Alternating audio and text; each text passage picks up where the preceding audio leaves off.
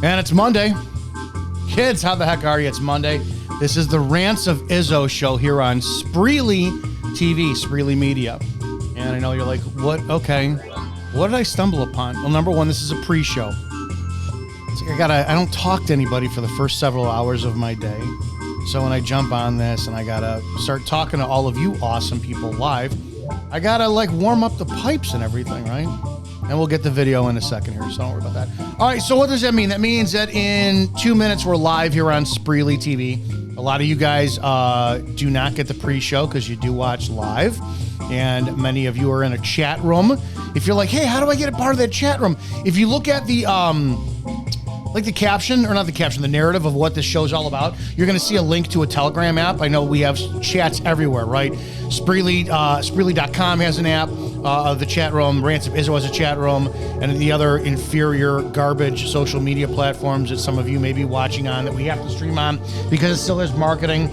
Those have chat rooms. To make it easier for everybody, we went to one chat room over on Telegram.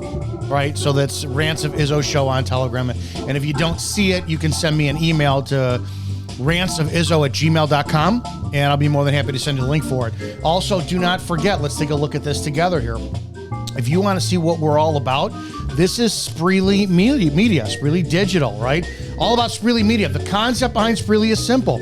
We became fed up with woke news, woke business, woke entertainers, and woke social media platforms. We just remember an America that was strong, hospitable to all races and creeds, and people who were proud to say what they were, that they were Americans. Spreely is free damn speech, dude. You want to look at it, we've got Spreely TV, where you can wind up checking out the other shows that are on there, like the Berm Pit Podcast, Report and Opine. There's me. Look at that. You can check us out on what the frick is it? If you got Apple TV, Roku, Fire Stick, check us out all on that. You want your video clips, like you want to see Eric Butler's Report and Opine stuff, man, go check that out. It's like it's like a YouTube, but better, if you will. And then don't forget, we got a social media platform here as well. Where's that at? Yeah, Spreely Social, right there. Go check it out, follow, get on there, start posting some stuff. Today's show is also brought to you by piratecigar.com. That's piratecigar.com. Piratecigar.com. Go on there, click, check out the Izzo Maduro, and you will get a discount if you type in the word Izzo, I-Z-Z-O. There you go. Let's see. We got a show in about 30 seconds. So that's what you need to do. Now we're here on Monday. We feel good. We feel sexy together and all that kind of stuff. And I feel good. So let's have a show together. Welcome, Elan, who is sitting in and co-piloted Monday. Don't know, you signed up for a doozy today. Let's check that out together. And let's have a show.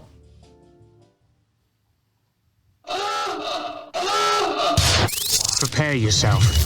The opinions of the host and guests on the show are exclusively just that, opinions. That means that they shouldn't be the cause of your state of being offended. Why does everybody get so butthurt? Okay, let's go. Ready, go!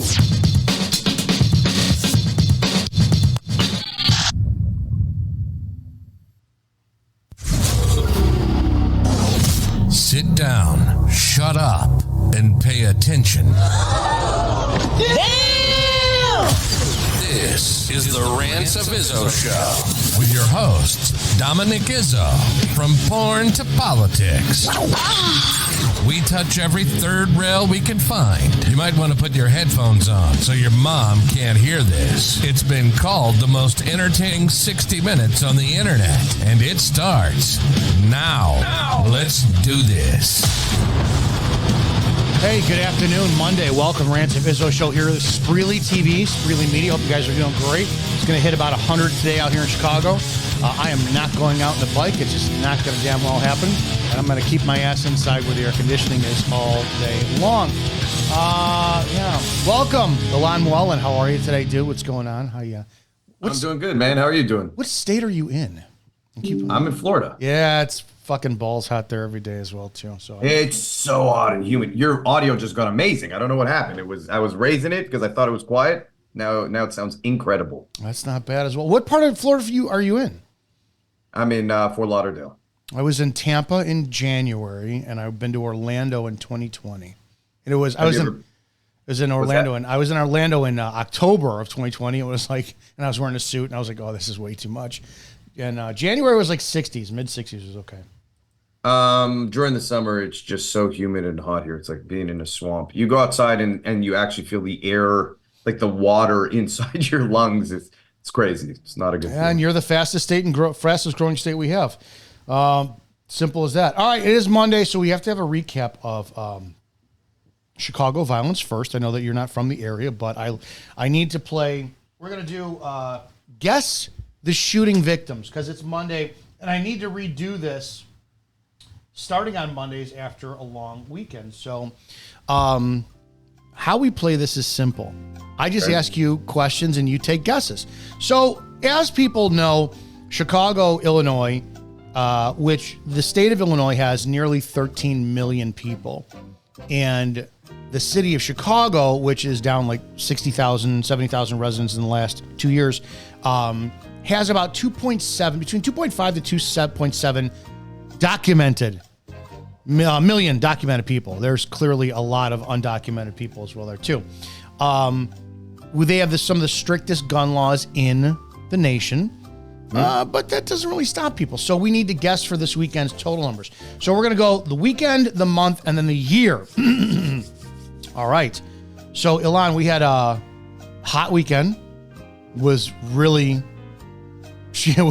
hot. Give me a guess of how many people were killed, because that's the lower number. How many people do you think were killed in the city of Chicago this weekend? That's through between homicide, through like gun-related homicide type thing? They're listed typically gun-related, and that's mostly it. But how many people do you think were shot, killed this weekend? Give me a number. Is it more than 10? I can't answer that for you. This is your I'm time. throwing 10. 10 is my number. Good guess. It was actually 7. Okay. 7. Yeah, that's a crazy amount. That's an insane amount. You just kept saying it's high. I was gonna go even higher, but that's nuts. Right. Yeah. Now, how many people do you think were shot? Now, that does include the 7 people who were murdered. So they're still in that number. I'll give you a hint. It's a larger number because most of them survived. But how many people do you think were shot this weekend? 17? Would you like to take another guess? Oh, up more. Wow. 25? The answer would be 43. Oh, sir. 43. Snap. Right. Okay, now let's move on to the monthly numbers as we restart this. It is the 26th day of August. 26th day of August. How many people do you think have been killed in the city of Chicago alone for the first 26 days of August? 7 just this weekend. I would extrapolate out if it was a bad weekend. 28. Close. 47. Holy so snap. That is 1.8 people, nearly 2 people are killed every day in the month of August in Chicago. Now, we're at 26 days. 26 in today's, so we're at 25 and a quarter day. Well, it's noon, so it's half day. How many people do you think were shot in the city of Chicago for the first 25 and a half days of August? 472. That's a good guess. That is a good guess. Close. It's higher. No, it's actually 233. 233 people have been shot so far in Chicago this month alone. That is 8.96. So 9 people are shot every day in the city of Chicago. And then lastly, the year-to-date numbers. Just how many people do you, in the first 8 months, we're coming up on 9 months total, so it's 8 months total.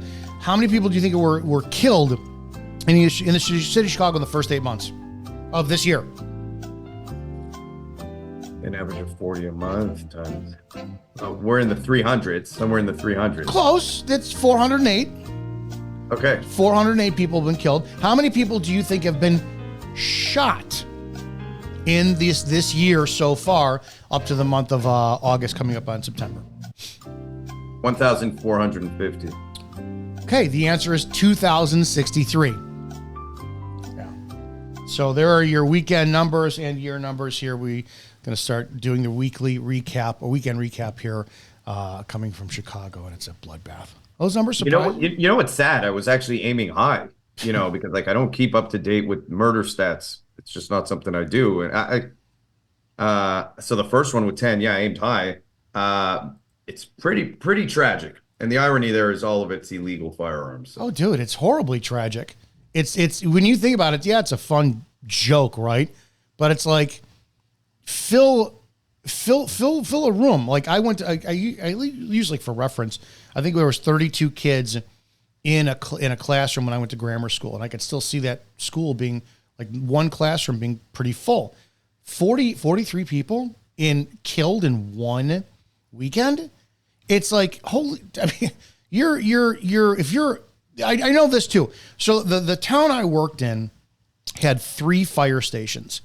And what I was told is the maximum number of traumas they could handle, like a serious car accident, stabbing, all this, was 4. And usually what happens is, so like you got station 1, station 2, station 3. So station 1 is at the southern end of town. What happens is the engine and the ambulance go out. Then one engine and one ambulance comes from station 2 and station 3 and fills in. And then like another town that's north, they'll go fill in, and the town that's east will go fill in. So it's actually a really damn good system that the fire department has to help cover towns with their stuff. But I can't imagine you go from Friday morning, 5 a.m. to Sunday or Monday morning, 5 a.m., 43 people have been shot. It's like your hospitals are overrun with fucking violence, and that's just bullets. That's not the. It also screws up all the trauma care for other things, like car accidents, for heart attacks, for everything. Yeah. You know, it's a troubling statistic, and most people don't know this. The leading cause of death, the only group, you look at like white people, Hispanic people, whatever group, the leading cause of death, if you're a young male, 14 to 44, is trauma related, meaning you're going to get in a car accident, you're going to fall and die somehow. It's just random trauma. You know what the leading cause of death is in the Black community? It's got to be gun violence. It's homicide. Yeah. 14 to 44 years old, the leading cause of death is homicide. It's a troubling statistic. But nobody seemed, every time I brought up, people are like, oh, you're racist. I'm like, I'm racist? It's nonstop. And every video or any kind of post I do, you get from the selective ones who want to comment back. Well, let's talk about the white school shooters. And it's like, hey, well, let's talk about them, because those numbers are getting down because it's being taken over by blacks and trans. And one of my friend Phil Chalmers, who I love being connected to him. He's the number one serial killer expert in the world. The guy actually, Phil Chalmers, if anybody wants to look him up, he's on social media, official Phil Chalmers on Instagram. I think his website is philchalmers.com. He's been on before. Nobody knows serial killers better than he does, and he gets to sit with them, talk to them. He corresponds with them. He interviews them, studies them. He says that the number one ethnic group for serial killers is black males, black men. Yeah, based on your based on the definition of multiple homicides, it would be. Yeah, if you look at like creeps, I don't know what the reality is with like, like the Jeffrey Dahmer type who like whatever goes out, eat people, eat people and fuck their corpses. That's a whole different category of human being. But I don't even know. That's a soulless human being, yes. But it's just sad because I don't think people actually, the people who yell at you for being racist or yell at you for this, that, I don't think they actually care about the group being targeted. I think it's fake caring, because if they actually cared, in other words, there's thousands of people dying and you're saying you can't talk about it because it makes you a racist, you don't actually care about the thousands of people dying. No, I said before, how many times if Black Lives really mattered, why aren't they in Chicago stepping up, saying you have to stop this. This is horrible. It's unbelievable. You're looking at 12 people, black people, unarmed, being killed by police. I think it was lower. I think it was lower than 12 people being killed by police, getting that much attention. But we're talking about thousands that don't get attention. I mean, I always talk about this with any conflict in the world, the hypocrisy of what you're allowed to talk about and what you're not allowed to talk about and where your attention goes. It's often socially engineered. People don't really have real opinions or caring about things. They just think they do. Yeah, we had a high year, 2011. Chicago police shot and killed 23 people. Last year, in 2022, it was 2. Yeah, but how many unarmed? Right. How many unarmed people? Significantly lower. In 2022, Chicago police shot and killed 2 people. They shot and killed 5 people in 2023, and they've only shot and killed 3 people this year. And it really disrespects, denigrates, and just dehumanizes every black male, female, child who is shot and killed by their own. They are no longer important. It's like your life only matters if you're killed by the police. Well, you're also like you're not even standing up for black people. You're standing up for criminals. Like there's this weird distinction that has to be made. Like there's innocent kids being shot, but you're angry when a guy who's, a lot of these cases, not all of them. There's some that are just atrocious in my opinion, but there's a lot where the person that people are going crazy defending is an actual criminal who instigated numerous situations, and were the cops always perfect? I don't know. I don't think so in some of those cases. I've actually spoken out against them. But we're still talking about like a criminal versus innocent children. And yet you're so hyper fixated on protecting the criminal. It's just a very odd dynamic that's taken place. It blows me away. Absolutely blows me away. All right, I want to talk about something, speaking about criminals and all this. We touched on this the other week, but I want to hear more about this. The Nxivm scandal. Okay. You were in this. So for those, Nxivm, for those who don't know, I'll give you a brief rundown here. According to the internet, Nxivm, it's NXIVM, so Nora, X-ray, Ida, Victor, Mary, was a cult conceived by racketeer and sex offender Keith Raniere. Nxivm is also the name of the defunct company that Raniere founded in 1998, which provided seminars ostensibly about human potential development. Oh, the human growth. You could be anything you want, man. And served as a front organization to criminal activity by Raniere and his close associates. Following the Raniere's conviction in 2019, the Department of Justice seized ownership of Nxivm-related entities and their intellectual property through asset forfeiture. You were in this, like this was a big deal. And for most of us who really, we didn't pay attention to it. It's like we'd never heard it. Like, it was weird because the media kind of played it up, but really didn't define what it was. And all they did was they put the girl who was on Smallville at the, they put her as the center of it because she was like the biggest known face. So they had to have somebody get that attention. But I didn't know that it was like for self-improvement, because that is the number one market for anything to get people to get gravitate towards in. So I want to hear how did you find out about this group? How did you get involved? How did you touched upon staying very mindful, not drinking the Kool-Aid. You clearly were not involved in anything. You made it out unscathed. We got to unpack this and hear all about this. Yeah, I wasn't involved in anything, but a lot of people I became very close to in that group were, unfortunately. So that's a little bit troubling. I didn't know exactly what was going on. I started getting wind of it well before the FBI got involved. But I started getting calls from people saying, Elon, I know you're like in and out of this now, and they're like, it's just best you don't go back. And I was like, all right. I mean, I figured that's what was going on.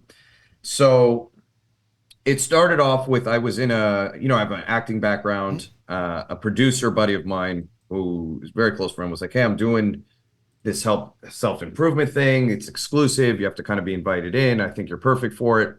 I go there and like the whole pitch initially is very much like landmark style, NLP style, self-betterment. They talk about how a grasshopper, if you hold it down, will never jump beyond the height at which it was held, so it can't ever get out of the glass you put it in. Same with the elephant and a peg, like all these limiting belief style things.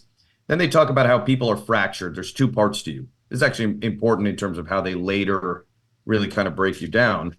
But they say let's say you look at an alcoholic, there's the person who is drinking, and then is suddenly sober. The person who's sober, who's like, I'm never drinking again. You're a binge drinker, right? I'm never drinking again. That's a totally different person than the person who then a day later goes and gets super trashed again. So you can have two completely different positions in life that just shift. Like, doesn't matter what it is. I want to be the best dad in the world. I care about my son so much. I love him. I'm seeing him 4 days. And then all of a sudden I take off with a broad and I'm in Vegas, doing coke parties, and I'm a totally different person. So they talk about how people have fractures based on things that have happened to them in their life. And it's almost like a whole other identity is formed. They then break you down with communication. You have to understand your communication differently. So the way it starts off is very much actually beneficial. It's very much to get you to understand your language, get you to understand yourself, get you to understand why you have certain behaviors. But what they start doing there is then they start becoming responsible for kind of helping you understand. And when you start helping, they're called EMs, exploration of meaning. These are unlicensed. These are not psychologists. These are people who just were in the group, who got trained to do this, and they start just working with you. But these are people dealing with heavy trauma. Like, some people might have been through rape. Some people might have been through whatever it was, very, very negative experiences that now these unlicensed people who are not trained professionals are just sitting down and breaking you down and trying to get to the bottom of it so they can get to the fracture in your head. And through there, they start challenging social norms. So imagine you were married and I tell you, hey man, your wife's very beautiful. We're buddies. We're in the group together. And I go, have you ever thought about cheating on your wife? And you're like, well, there's beautiful women. I mean, I see beautiful women, but I'm loyal. And then they start going, but why? Why are you loyal? Is sex really such a weird thing that you can't do it with other people? And they're like, and what about your wife? Like, why are you so protective of her? Why can't she sleep with other people? And then you're like, because she's my wife. I don't want her to sleep with other people. And they're like, but why? Is it a social norm that you've been convinced of that it's not normal? And then they slowly start pulling people into orgies or doing things that are totally crazy. They got a guy I know to sleep with another guy, and he was married, supposedly not gay. It's hard for me to, I don't know. Look, I want to stop there for a second and ask you, do you that is a great ploy to get, you're weeding out who's convicted and who's not. You literally, it's like, how many people, there's not a lot of people who will stand on their beliefs, right? People are very blown away when I do police podcasts, and like the last one I did with Fit Responder. You said all cops are bad. I did. Will you stand by that? I did. I'm not going to back down. So it's like people like us they're not common people. Yeah. So can you imagine the pressure that people probably have in your industry to be actors, be part of a social or media, entertainment, and then they're like, so it's Jedi mind trick. What is wrong with someone else sleeping with your wife? I never thought of that. And then you sleeping with other people, and then led to so Allison Mack is not the most famous person who was in that group. I'm not going to name names, but there were significantly more famous people. You're an aspiring actor. You get pulled in. And by the way, they were very smart. They knew how to use people who they thought would be very charming or would be very successful in the future. And they didn't necessarily use you for money if they thought you were that.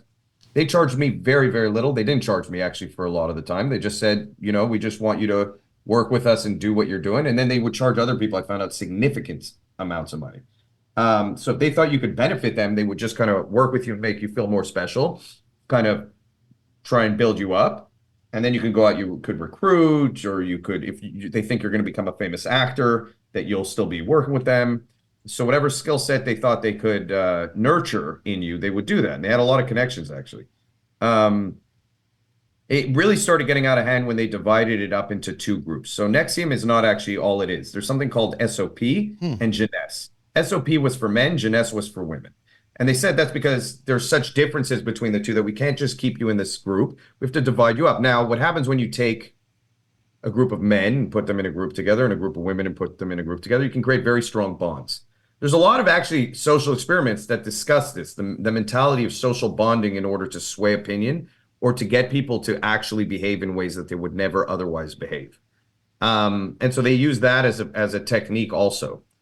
By the way, these are all techniques that the Democratic Party uses. Oh, really?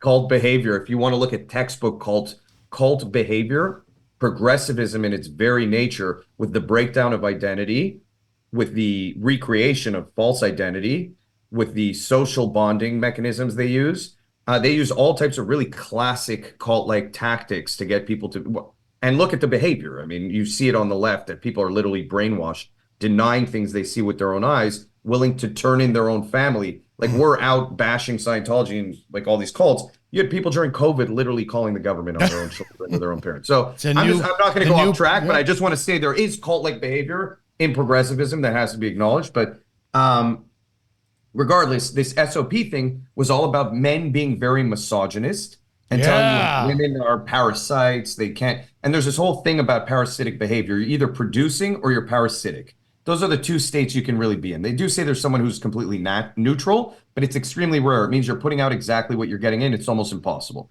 So most people either put in more or they take more. And so men, you look at men, they have to be providers. They're this, that. Women are inherently more parasitic. They never really grow out of that stage, like a baby who's just crying and wants, and has to be given. Women kind of exist in an entitled bubble where they don't realize what it's like to have to work for sex, have to work to provide, because they always have a man providing and they always have options available. And so they start breaking, which, look, on some basic fundamental level, some of the stuff they said about female entitlement, modern day feminism, all these things had a lot of validity. So they always pull you in on a basic truth, and then they extrapolate, and it gets very extreme to the point where, it's okay to take advantage. It's okay to do this kind of stuff. And then on the women's side, they were doing all types of other stuff in jeunesse. And then they had a thing for children. So they just had a lot of structures in place. And what they would do is they'd make you feel super important. You go into this group, all of a sudden you matter. You're an aspiring actor. You don't really have any value in your life. You're always waiting on people to give you a job. And all of a sudden, here you are. They're telling you how to be better. They're telling you what, all these beautiful women around you, all these things. You're like, okay, I mean, what's wrong with being here? And again, some of the stuff they did to break you down was they said, and I agree with this, consistency, single most important thing for success, consistency. So what are we going to do when you're in the men's group? We have to be able to rely on each other, almost like a military unit. So we're going to give you consistency exercises, meaning if I text you at 4 a.m., I don't care if you're asleep or not, you're going to have to answer me with like a special phrase or whatever it is. You're going to have to choose something you do every day and keep doing it. And it just got more and more extreme to like sensory deprivation. All types of stuff like that. And it just builds. It slowly builds. And before you realize it, you're like, how did I get here? Kind of like Breaking Bad.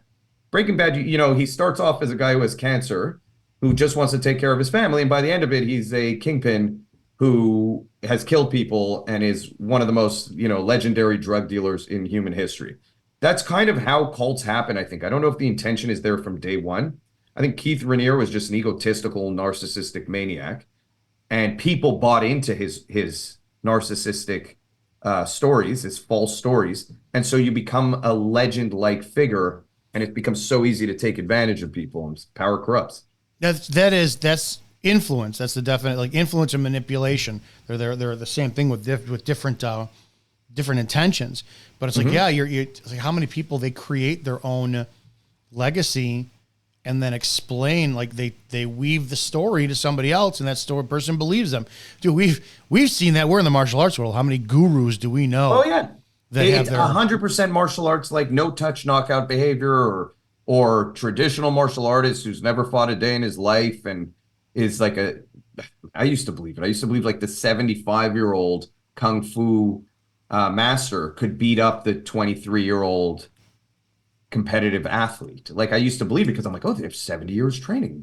They train in ancient arts. And it's a cult-like figures who never have to prove or do anything. By the way, influence is an interesting word because that was a word they used a lot. They said we have an obligation to acquire as much influence as possible. Each person has to live up to their full potential so that we can change the world. That was the goal.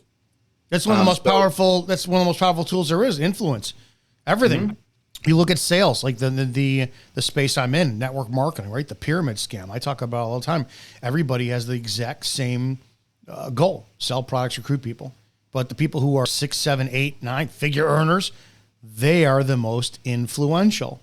That's all it is. And then you start looking all over the place. Look at Look at all these gurus online on social media who they shit. You get people who they go out and they buy the fake $100 bills, fan them out, go rent a Lamborghini, take a photo shoot with it. It's how you influence. Influence is so powerful. It pisses me off so much that all the people who are making money coaching people they made their money coaching people on how to make money. In other words, they never built anything. They never did anything it's not Elon Musk coming out and telling you, hey, look, this is how you should build a company. That's a guy you should pay $20,000 for a course from. You shouldn't pay $20,000 from the guy who's going to teach you how to teach other people how to make money. And his course is $20K, and he made his millions by teaching other people how to make millions so that you can go out and teach other people how to make millions, and that's how you're going to make your millions. It's a mind fuck. It doesn't actually make any sense. Teach people how to build a business. Teach them how to create value. I don't know. To me, that entire coaching world is again very cult-like. 100% it is. You hear it all the time. You hear cult, you hear scam, all this stuff because of this specific behavior. So when you're in the middle of this, at what point did you start going, this is not what I'm here for? Was there any pivotal moments where you're like, oh yeah, there was one big. That's what we need to hear about. That's where let's hear. Spill the tea. So, I have a background. I shoot guns. I'm trained close quarter combat. For those who don't know, the martial arts channel is Inside Fighting. Inside Fighting. You got to go check it out. It's a fantastic YouTube channel that I stumbled across accidentally a couple years ago and instantly grew to be one of my favorites. But go ahead. Thanks, man. So they said they had like different locations, and they said, well, we'd like to bring you out to Albany to train guys. This is the SOP thing, is in like close quarter combat. I'm like, oh, that's cool. Essentially what I caught wind of is that they were actually trying to train these people to like take out, this is like right before it all blew up. They wanted to kind of create little militias and stuff like that. And once they started getting into the whole militia space, I was like, okay, this no longer is a self-betterment group. And they started talking about like enemies who are trying to tear them down. It got very paranoid. They're very paranoid. I was going to say, it's paranoia. Yeah, and you could start getting a sense of it. What I didn't know that was going on, I did know that my friends were starting to. I never was like, I had a girlfriend at the time. There's no way you're gonna brainwash me into letting my girlfriend bang another dude. It's just not gonna happen. So that started annoying the fuck out of me. I'm like, bro, you need to watch. Sorry, excuse my language. I don't know if I'm allowed to talk how I want. Sure. But I was like, this is kind of starting to get to a red line. Like, even if you're a good friend, like you're starting to talk about like orgies with your girl, and like. I'm not into that. My girl's my girl. You should catch wind of that very quick and then know that that's a boundary. And then they started telling me, but why? It's a you problem. Why do you feel uncomfortable with it? And then I was like, okay, guys. And then I'm like, maybe it's a you problem because you guys are getting very defensive here and keep pushing this. And then I found out that I found this out after when the FBI got involved, that they were branding people. So like, hot irons and stuff. Yeah. And the reason they were doing it and some other stuff, they would get like people I know to bang people who had, and like these are people who had husbands or wives, and they would record and they'd be like, well, if you don't do what we tell you. Oh, honeypot. Yeah. So, but it was that I found out later. I was already done by that point. And so the time I knew was because of the malicious stuff, and SOP started getting a little bit weird and overly pushy, and everything is a me problem, and they know what's best. And I was like, okay, guys, like this is. Did you at that point? Were you able to go away, or was it like you're not leaving now? You're part of this. Did you ever have so that if you were fear? really high up, they would blackmail you. They didn't have anything to blackmail me with, and they didn't think I was going to go rat on anyone or do anything. So I don't think they were too concerned. A lot of my good friends, unfortunately, like I said, were much more involved and did do dumb things, I guess, and were kind of overly involved. And it's even weird to me in retrospect. I'm not friends with a lot of the people anymore, even though I still like them as human beings. Like, people go through phases where they do very dumb things, I think. Just, again, they don't know how they got there, and they end up doing things that they then look back on and they're like, how could I have been that person? But some other people I think are just disingenuous, who did a lot of bad things and are now like, I'm a huge victim, and they're making money off being a victim, and their story in the cult. And like, the second you make $1 off of this, off of being in this, you're a scumbag, especially if you know you recruited people and you know you brought in people and you know, like, even if you're traumatized from it, you do feel like a victim. You were also involved in creating a lot of victims. So, and I'm not in people's minds, but it's very, very interesting how many people have gotten rich post Nxivm through telling their story. Oh shit! Okay, let's hang on to that for a second, and we'll come back to that in a second. Guys, time to pay some bills here at the Rants of Izzo show here on Spreely TV. All right, we need to look at today's show sponsor, and I'm going to pull up screen for you to help out with. This is Agard Watches. Oh, snap! We need to talk about. Can you explain a little bit about this company as today's show sponsor? Well, they have a great CEO. He's on the Izzo show a whole lot. And yeah, it's a watch company I founded for my father, actually, as a way to show tribute to him for helping me through a lot of stuff. We're a very kind of conservative brand. We stand up for Christian values. You'll see we actually Judeo-Christian values. We have a lot of Christian jewelry, and money from that goes to help Christians in the Middle East and Africa because they're targeted and no one talks about it. So that's a big thing for us. And we have some really cool dive watches. We have some really unique designs. But again, we kind of have we put a lot of viral videos out on these issues, on the trans issue, all types of stuff. You just released, it's not on the website here, but you just released a thin blue line watch on your... Yeah, it's going to be up next week. I'm just having photos taken. It's a really good. nice watch. Looks nice. We're gonna feature that one on our police content as well too for you. Go to agardwatches.com. That's EGARD watches.com and check them out. And then don't forget too, if you're bored, you're like, man, I don't know what I want to do in life. You want to own a gym. Don't do what I did. Don't go out and own your own 2,700 square foot gym and go through the whole Village Hall process of getting rezoned and licensing and all that shit. Go get a franchise. Go to Forze Training Gym. That's FORZEGYM.com/franchise. Give them a email and a call and ask them all about how you can own your own gym. Trust me, franchise. Do not open up your own fucking gym ever.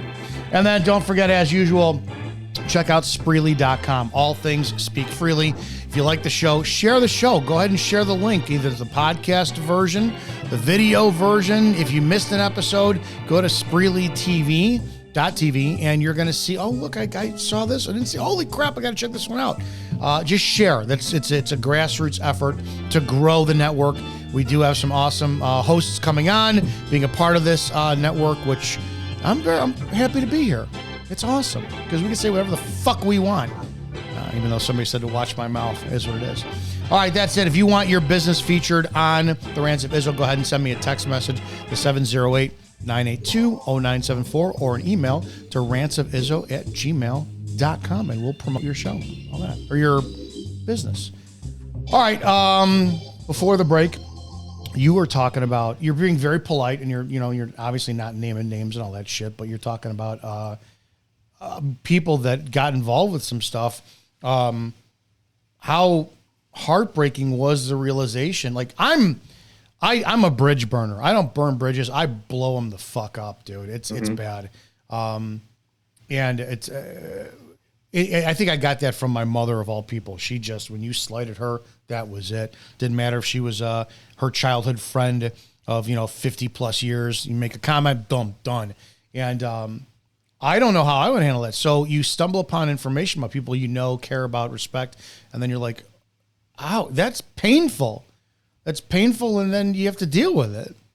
Yeah, and that was the good thing they did in terms of, or not a good thing, but a powerful thing they did is, again, that becomes your community. Like, it's not just while you're there. It's like on weekends, you're going out for hikes. On this, you're doing this. Like, and when you do events, it's like no phones. You're there for 3 days. You can't talk on your phone. You know what I mean? Like, so you become very close with these people.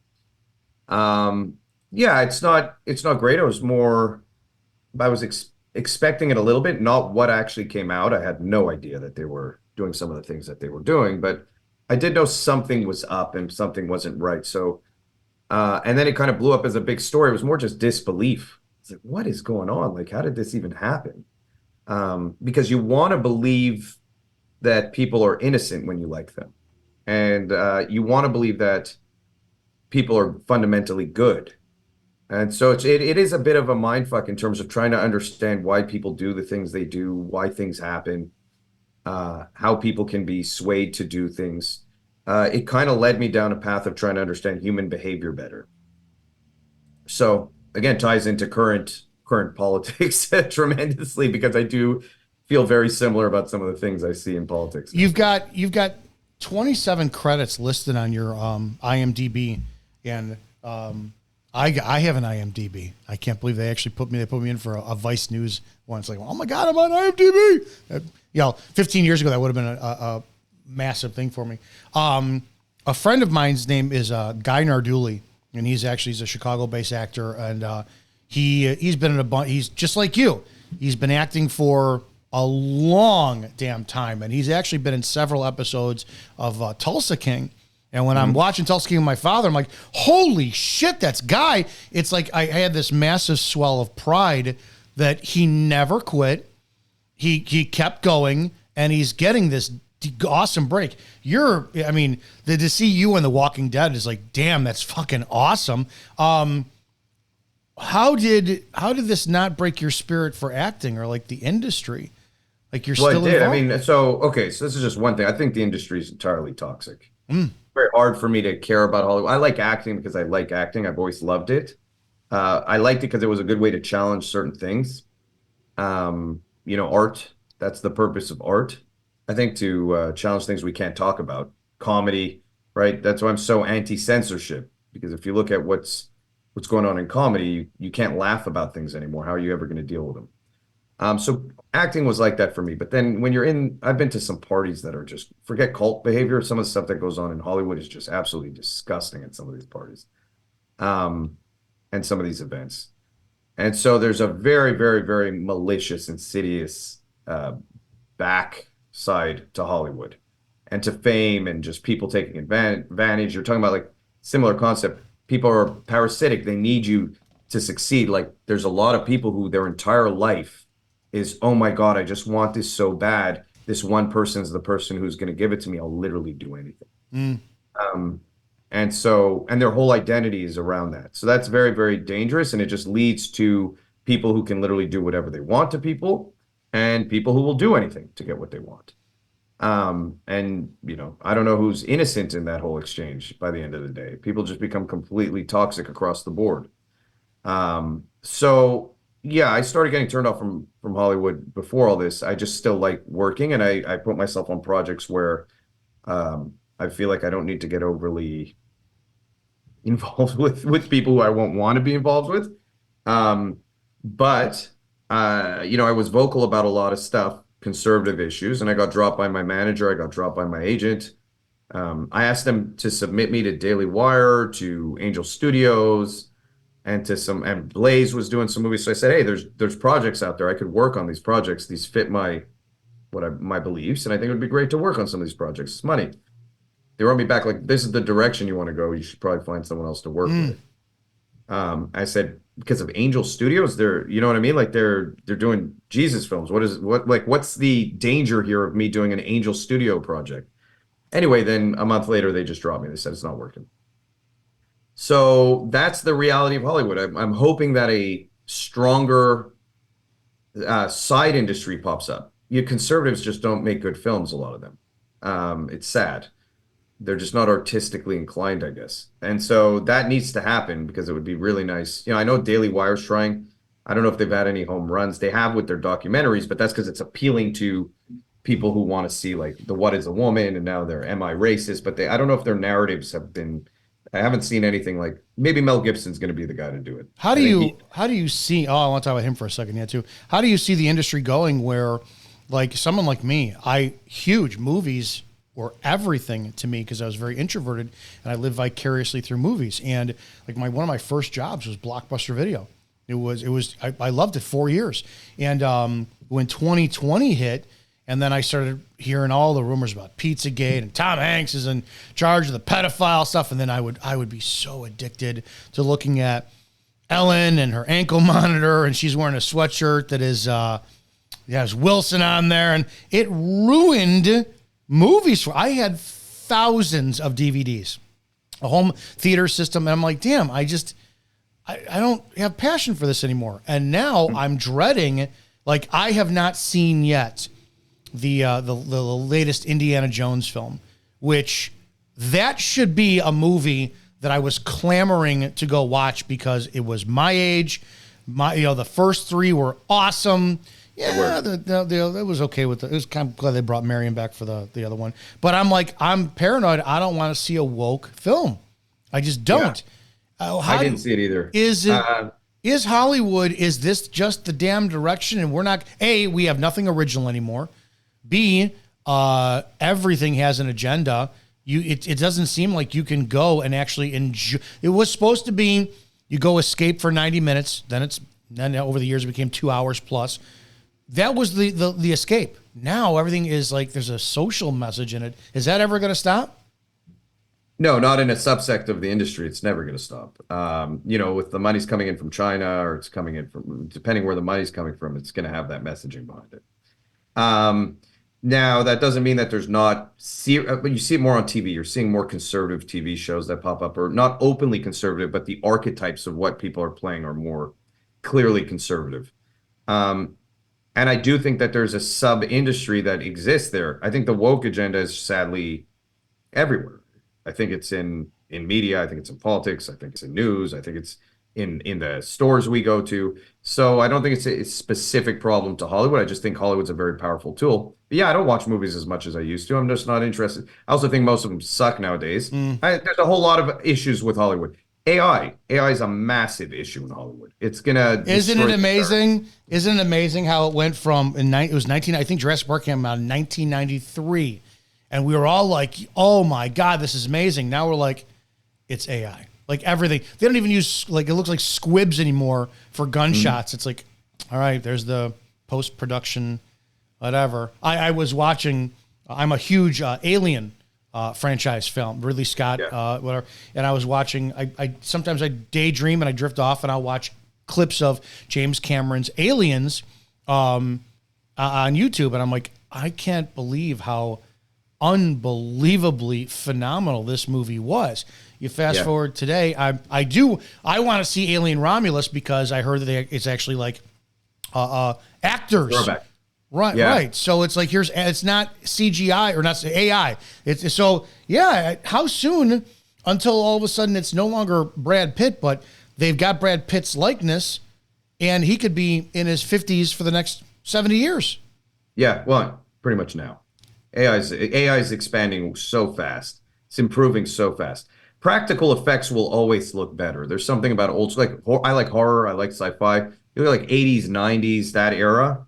Everything was so practical effect driven that they would build the things. It was like it almost felt magical. Nowadays, I don't know. There's just not that feeling behind films anymore. Everything feels, like you said, recycled.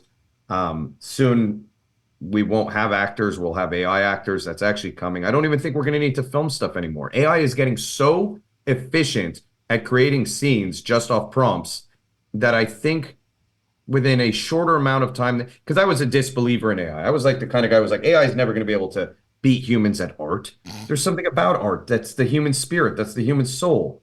AI is not going to be able to create video that's so complex. How's it going to capture human nuance?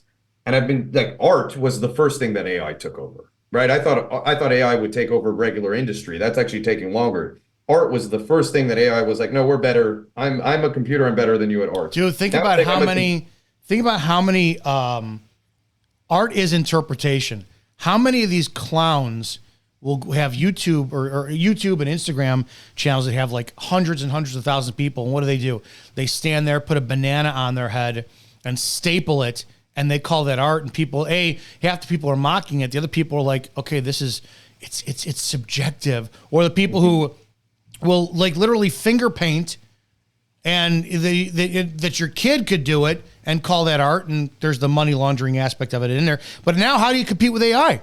Because you tell me the difference between what you could do with finger painting and your body rolling around on a giant canvas versus what AI can create.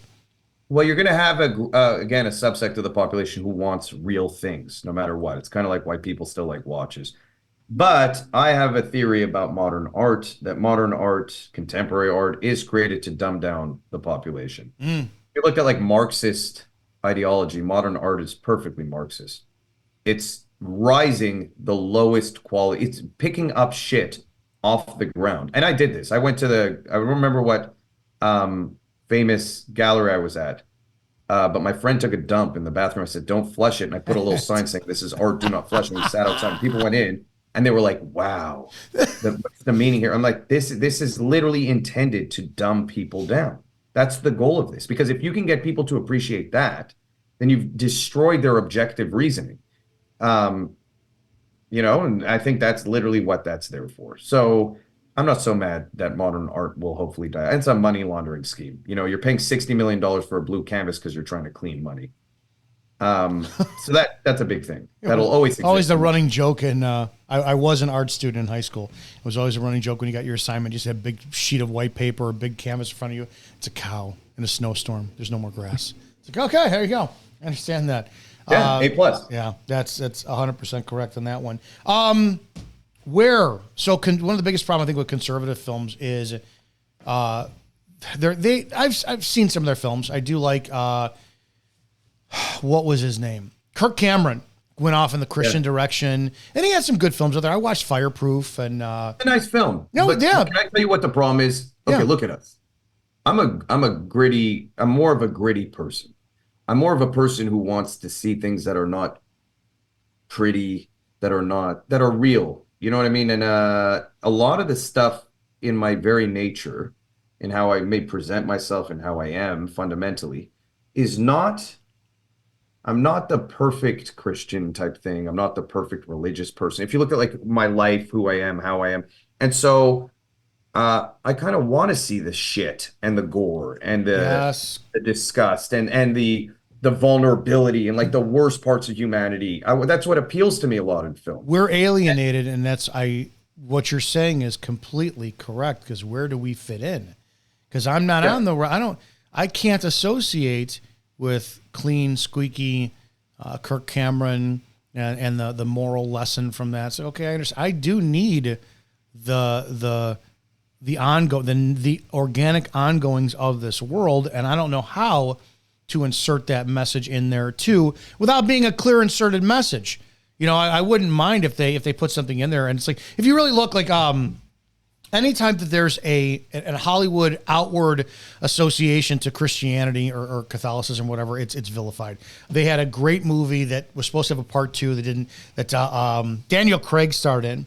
It was there was a big polar bear in it, and it was a very big Christian theme, and the Catholic Church got all pissed off at it. So it's like, you're your own fucking worst enemy. You got a huge blockbuster that got into the mainstream, and you destroyed that one. But I think I'll tell you, even with this is part of the problem, by the way, on conservative side. Like, okay, so my company I've tried to do everything to support traditional American values, to support people of faith, to stand up against toxic ideologies.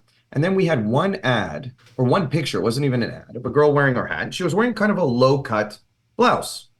And I had tons of emails saying, "I'll never support your company again. You're a disgusting company. You're supporting the devil." And I'm like, what is going on? Like, the attacks were so intense. There's an immediate need for conservatives, I feel, to like try and destroy each other the second someone doesn't exactly fit. Yes. Sorry, go ahead. That's why I no longer call myself a Christian. I'm a Christ follower, but I say a million times, I get that. Why I can't follow you. You swear. Oh, okay. Yeah. Real Christians don't do that. Okay, awesome. Have a great damn day. I'm not a real Christian then. I get it. I can't imagine what you got. Who has God publicly? Who has God repeatedly chosen to convey His message? Broken people, imperfect people. So I'm sorry, I don't really buy that. That you're like supposed to be this inherently perfect individual, and you can't have these struggles in life. So yeah, it's just like the holier than thou thing really hurts, and it's why so many people are scared to make films that are real, because they don't want to offend. It's almost like its own form of cancel culture on the right, and I think it's just unhealthy. Just be real. Christians cancel themselves out. Conservatives do, because it's not to what I think that goes back to art, right? You have liberals. You can make a film that's subjective and open to interpretation art, and as long as it still fits the parameters of what people on the left think, they're going to support it.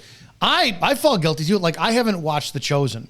I won't watch The Chosen because I don't want, like, and I won't watch Lucifer, that the series that's on Netflix. I won't watch it, because it's like I don't want mine, like, for me personally, it's like the Bible's black and white, so I won't watch anything that's religious, that's open to interpretation or has taken liberties because for art's sake, because I'm like, man, I don't want to hear that Jesus played a game of kickball, and he won, and everyone put him up on his shoulder. Is that in the Bible? Because I don't want. So it's like, for me, I do fall into that category at times of criticizing, being a hypocrite, and chastising the very same people who are condemning. So it's a pain in the ass to enjoy anything that's entertainment from that's conservative made.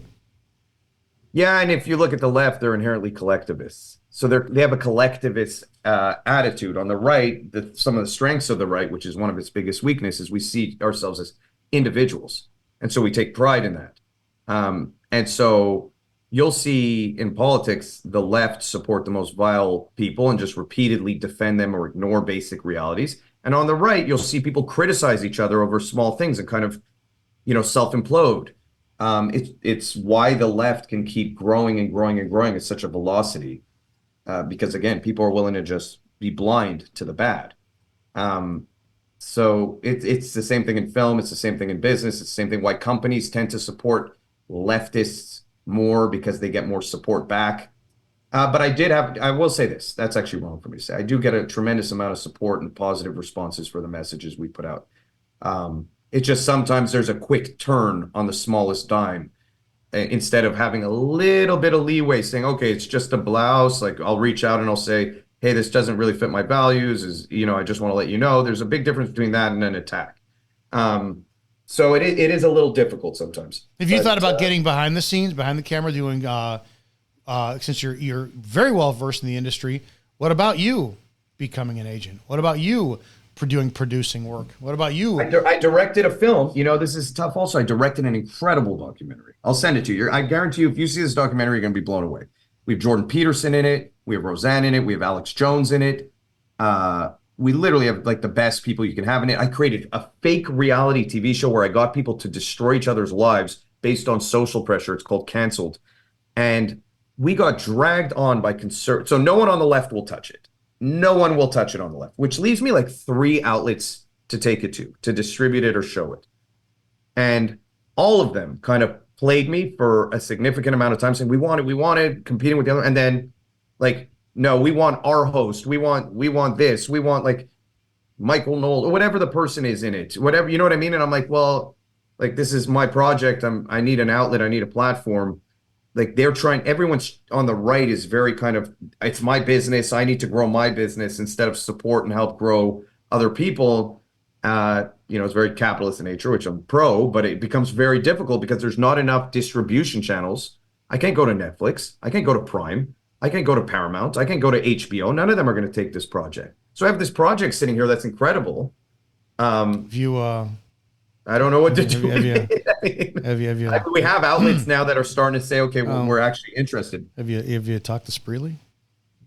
Oh, I could talk to Spreely. Yeah, that's a good idea.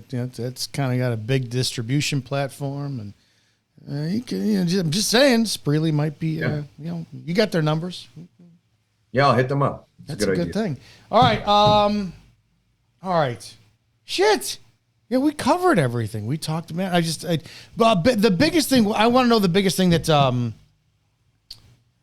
what did you personally learn from that whole cult experience? Like, at the last 60 seconds here, what was the biggest emotion you took away from that? Like, how'd you feel? Like, heartbroken, eyes opened, kind of like more self-aware, or new vision? What'd you walk away from with all that?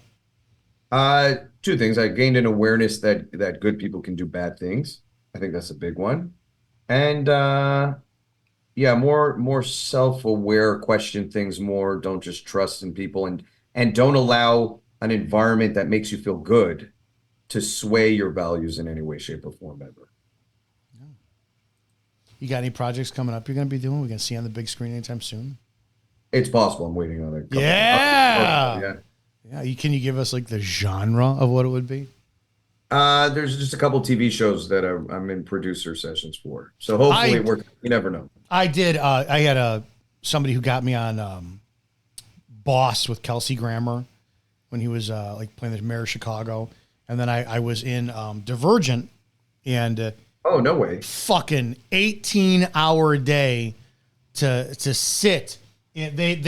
I'm telling you, so they found us this warehouse in Chicago where they did this scene, and it was not OSHA approved. We were up on the fucking second floor, and I'm leaning on the fucking rail. I'm like, oh my God, this place is condemned.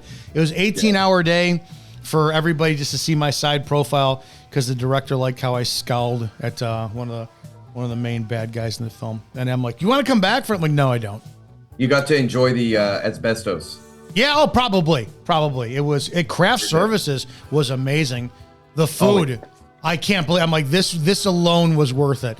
But I've been an extra, and I have a massive amount of respect for how long set and set up an environment. It was freezing.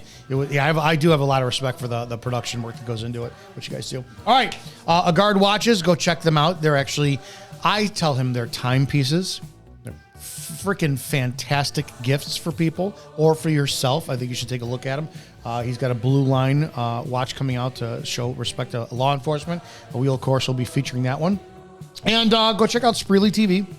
All the other shows like Report and Opine, Shannon Joy, the Burn Pit Podcast, Evening Rants, Pete Santilli, all the awesome stuff. And we got a social media platform. Stop posting on Instagram all day long. Go to Spreely Social. Just do it. Guys, have a great damn day. We'll see you tomorrow for more of the Rants of Izzo here on Spreely Media. Go help somebody today. If you can't help them, do not hurt them.